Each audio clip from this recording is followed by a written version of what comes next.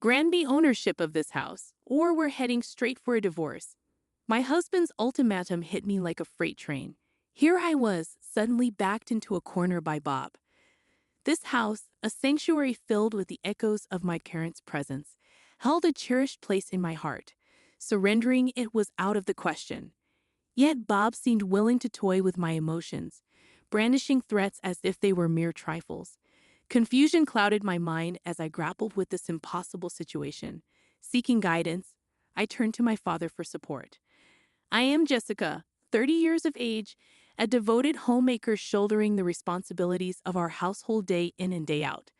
Bob and I have been bound in matrimony for nearly 2 years now, but the weight of his demands threatens to rupture the foundation of our marriage. Since I left my job to marry him, he has been tirelessly providing for us. However, everything changed in an instant following the passing of my father-in-law. My mother-in-law abruptly decided to move into our apartment, and our once ordinary daily life shattered. What struck me most was the abruptness of it all. The news of my mother-in-law's impending move came just one day before she was set to join us in our home. "Hey, so Mom's dropping by tomorrow," my husband announced casually as he walked through the door, as if it were the most insignificant news. "And it's not just a visit. She's actually moving in. So, we should probably tidy up a bit." The words hit me like a ton of bricks. My mother-in-law moving in with us? It seemed like such a sudden and monumental shift. But my husband seemed unfazed, as if it were the most natural thing in the world. "Yeah, it's kind of a given, right? Mom shouldn't be alone back home," he added nonchalantly, as if it were a simple matter of fact. Reflecting on the situation, I couldn't shake the feeling that my husband's approach was somewhat unusual. Typically, a husband would discuss such a significant decision with his wife beforehand. Yet, in my case, it seemed as though the decision had been made before I was even consulted. True to my husband's words, the next afternoon, my mother-in-law arrived, bringing with her a substantial amount of baggage, both literal and figurative. "Hello, mother-in-law. It's been a while. Please come in." I greeted her warmly, but her expression seemed anything but pleased. "Wait, Jessica, aren't you supposed to pick me up from the station?" she questioned, her tone tinged with disappointment. "Oh, I wasn't sure about your arrival time," I admitted hesitantly. "You should have called and asked, shouldn't you?" she chided, her disapproval evident. Feeling a pang of guilt, I apologized. "I'm sorry." Muttering to herself, my mother-in-law settled herself onto the sofa with an air of entitlement. The following day marked the onset of her snide remarks, conveniently commencing as soon as my husband departed for work. "Jessica, why are you so lax? The dishes and laundry should take precedence in the mornings," she criticized, her tone dripping with disapproval. "I apologize. I'll attend to the laundry as soon as I finish up here," I assured her. "I'm telling you, the priorities in this household are all wrong. Laundry should come first after breakfast," she insisted firmly. "Even if you believe that, please refrain from speaking to me in such a manner. It's disrespectful for a daughter-in-law to challenge her mother-in-law." "I can't help but wonder about your upbringing," she retorted sharply. "I have my own schedule for the day too. Why can't you grasp that? It's not as if I'm neglecting my responsibilities. I'm used to myself, feeling a twinge of frustration. It appeared that my mother-in-law simply couldn't accept my way of doing things. Even when I followed her instructions, she managed to find fault, especially during the times when it was just the two of us alone during the day. One day, a clandestine plan took shape in my mind, a plan to liberate ourselves from living under the same roof as my mother-in-law. The strategy was simple. We would relocate to a house that my father had bestowed upon me. With my parents having recently embarked on a rural lifestyle following my father's early retirement, they graciously handed over their former residence to me. Thankfully, the distance between our current apartment and the new house wasn't vast, and discussions about moving to a more spacious dwelling had already commenced. Enduring the ongoing presence of my mother-in-law, even for someone as resilient as myself, had become intolerable. If that were the case, I reasoned, it was preferable to expedite our departure, just my husband and me. With determination in my heart, I resolved to present this proposal to my husband without delay. Bob, can we talk for a moment? I have something on my mind. A discussion? What's up? You remember the house my dad gave us? How about we consider moving there? Oh, that house. We did talk about it for the future, but why the sudden interest? I've been having some difficulties with your mom. What? She hasn't mentioned anything like that. Anyhow, I'm finding it increasingly difficult to continue living with your mother, so I'm seriously contemplating a move. I understand. The new place isn't too far, and my mom can stay here in the apartment. To my surprise, my husband readily embraced the idea of moving. He discussed it with my mother-in-law, and within a week, we were preparing for the move. Frankly, I anticipated more resistance from her, but she agreed without much ado. Not only did she agree, but she also bid us farewell with a broad smile on her face. Bob, Jessica, take care. I apologize for the abrupt departure. No need to apologize. You have your father's house now, don't you? That's fantastic. Thank you. And please, don't hesitate to visit us. Well, it's just a stone's throw away. We'll definitely come by often. Looking forward to it. After completing the necessary formalities, we made our way to our new abode. Deep down, a sense of relief washed over me. No longer would I have to endure my mother-in-law's cutting remarks. At last, we could reclaim our freedom. I had braced myself for potential resistance, but I was grateful for my courage in broaching the subject with Bob. However, little did I know, this was just the beginning. As the burden of my mother-in-law's presence lifted from my shoulders, my husband's behavior began to change. He started arriving home later and later, and there were even nights when he didn't return at all. It wasn't due to overtime or late-night outings. He was spending his evenings with his mother. My mom needs me, my husband would insist. Yet the frequency of his absences was becoming too much to ignore. He would slip away to her place for meals without a word to me, or he'd be gone for entire days. As a result, my own daily rhythm was unraveling. It was becoming clear that something had to change. Finally, one day, I decided to address the issue head-on. Bob, don't you think you're spending too much time away from home? Really? But I'm only at my mom's. That's not the issue. Just give me a heads up. I end up preparing extra food unnecessarily. You could always have it the next day, Jessica. You're at home all the time. Just because I'm not around doesn't mean you don't need to be informed. Well, isn't that the reality? Being a stay-at-home wife means you're just lounging around at home, isn't it? What?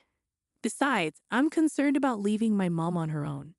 Ada will be back soon, and I have to discuss something with my mom about that. Ada is returning? Ada, my husband's younger sister, currently resides abroad for work. I was taken aback by the news of her impending return. But what exactly did my husband need to discuss with his mother regarding Ada's arrival? It's coming home, huh? But do we really have to involve mother-in-law in this discussion? I inquired, my curiosity piqued. Of course we do. Ada will be moving in with us, my husband confirmed. What, really? Apparently, Ada has been accustomed to living in a fairly spacious home overseas, and now she's insisting on having something similar here. That's why I believe she'll end up staying in this house, my husband explained. What? This sudden twist left me utterly speechless. My sister-in-law moving into the house, we had just managed to escape from my mother-in-law's presence. And now this, wait a minute, Bob. This is the house my dad left me. Why would Ada? Well, you remember our old apartment where we used to live, right? Mother-in-law is living there now, and it's too cramped for her. So the only feasible option for a larger space is this one, Bob elaborated. Don't make decisions like that on your own. I never agreed to living with Ada, I protested. Oh, we won't be living together. We're getting the house to Ada, my husband clarified. What? What are you talking about? I exclaimed in disbelief. Look, we're moving back in with mother-in-law.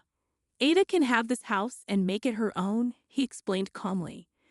I felt like the ground was slipping from under my feet a complete disregard for common sense almost causing me to lose my balance. Despite my repeated assertions that I had no intention of living together, Bob seemed to have reached a breaking point. "Can you please stop this? We're only able to live here because of me, so just listen and be quiet," my husband snapped. "Don't joke around. This is the house I inherited. Why would Ada? This house is too nice for you to live in, isn't it? Ava has been living abroad for a long time, and I promised her a spacious house. I can't go back on my word now." "I don't care. I'm not okay with this. All you do is complain," I retorted. "Forget it. Let's both cool off. I'm going back to mother-in-law's for a while," he concluded before storming out. With that, Bob slammed the door behind him and stormed out of the house. Left alone in the room, tears began to well up in my eyes. Why does he always make decisions without consulting me? This house holds sentimental value to me. It's my cherished inheritance, yet he's giving it away to my sister-in-law. This is no laughing matter. Every day I received messages from Bob, questioning if I had come to my senses yet, and urging me to return to the house. Each time I stood my ground and replied, "I won't give in." Then one day, Bob's patience with my stubbornness reached its limit. He called me in a fit of rage. "Jessica, when are you going to come over here? I've asked you countless times." Bob's voice crackled over the phone. "I'm not going, and I have no intention of handing over this house to Ada," I replied firmly. "That's enough. I've already informed Ada she's returning this week." "Stop making a scene," Bob retorted, his tone growing impatient. "Don't make decisions unilaterally. This house was passed down to me by Dad. It's mine. Why should I surrender it for your family's sake?" I shot back, frustration bubbling up inside me. "Watch your tone. Mother-in-law is upset. Don't make things worse," Bob warned, his voice tense with irritation. "What about my feelings?" I countered, feeling my patience wearing thin. Bob's frustration was palpable, evident in the heavy sigh he let out over the phone. Then, unexpectedly, he dropped a bombshell. "If you refuse to listen to me, we're getting a divorce. You understand? By tomorrow, and you'll leave the house to Ada." In that moment, any warmth I held for him turned cold. The way he wielded divorce as a threat was despicable, unforgivable. Disregarding my feelings and using divorce as a tool to enforce his will, could I let him get away with such behavior? Despite my simmering anger, my husband continued arrogantly, paying no heed to my emotional turmoil. "Do you comprehend? If you don't vacate by tomorrow, we're ending our marriage. Are you truly serious?" I questioned incredulously. "Absolutely. You have no say in the matter. It would be quite inconvenient for you, being a homemaker, if we were to divorce, wouldn't it?" "Ha ha, it seems you grasp the situation. Good. I'm pleased you do. Ha ha. Therefore, you should hurry up and move over here. My mother is eager to educate you." "Ha ha," Bob taunted, his tone laced with derision. And just like that, my husband abruptly terminated the call. Later on, I recounted the distressing situation to my dad, and together, we devised a strategic plan. The following day, my husband called, his tone as cocky as ever. "Hey, are you all packed up?" "Ha ha. Well, of course," he quipped. "More importantly, when is Ada returning?" I replied calmly. "Tomorrow. Why are you so fixated on Ada?" he retorted. And then, in response to my inquiry, my husband's true intentions came to light. "Well, you see, she's been making quite a fortune in stocks and investments." "I see. So you're attempting to curry favor with her for financial support. Typical of you," I remarked. "Believe what you will. I need you out by today," he demanded. "Don't fret. I've already relocated," I assure him. "What?" His surprise was palpable in his voice. He likely expected me to comply obediently with his demands. His tone grew increasingly arrogant. "Oh, I understand now. You never truly intended to divorce me. Haha, that's logical. Without any income, you'd struggle to survive if we were to split. Haha, it's true. For the time being, we're still legally married, so I'm even entertaining your call. But that won't last much longer," my husband remarked, his tone dripping with arrogance. What? You're serious about divorce? My words seemed to shake him to his core. What are you insinuating? You'll leave that house, won't you? You're coming back here immediately, right? He demanded. What? Why would I do that? I'd sooner face death than return to a home with an unreasonable husband and a meddling mother-in-law, I countered firmly. What? What are you saying? You agreed to leave the house, my husband exclaimed. And that's exactly what I've done. I said I've already moved out, I responded calmly. Don't play games with me, he retorted. Then where are you? Panic tinged my husband's voice as he started to speak faster, a clear sign of his agitation. I'm at my parents' house now, I replied. What? But I relocated to the rural area where my parents reside. I won't be returning to your house, I clarified. Oh, I see. Relief flooded into my husband's voice. Well, it doesn't matter as long as I can give the house to Ada. $500,000, I stated firmly. What? The house I inherited from my father? You put it up for sale, so if you're serious about giving it to Ada, you'll need to buy it for $500,000. My tone remained resolute. What? You're joking, right?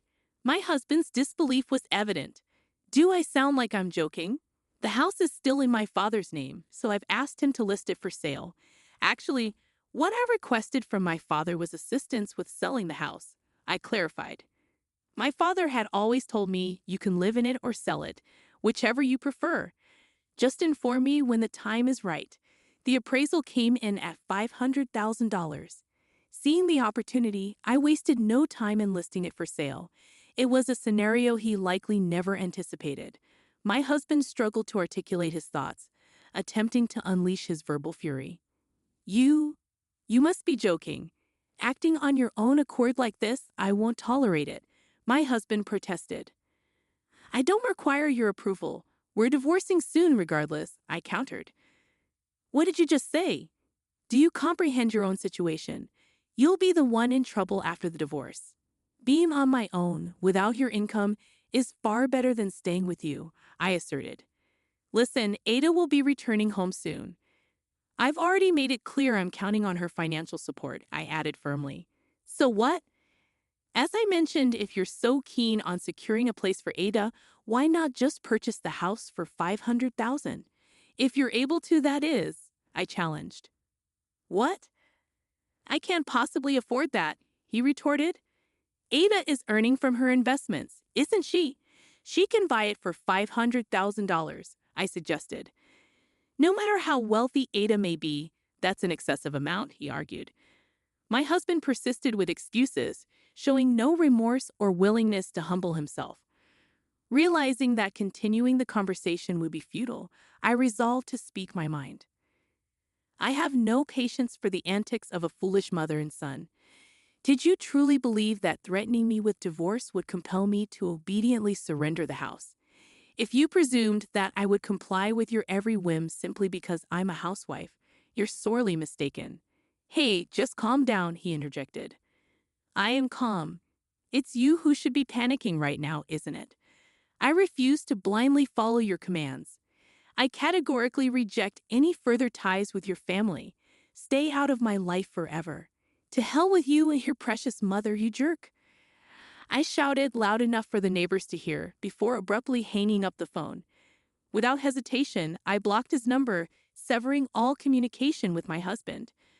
Following that, I sought out a lawyer I trusted and initiated divorce proceedings.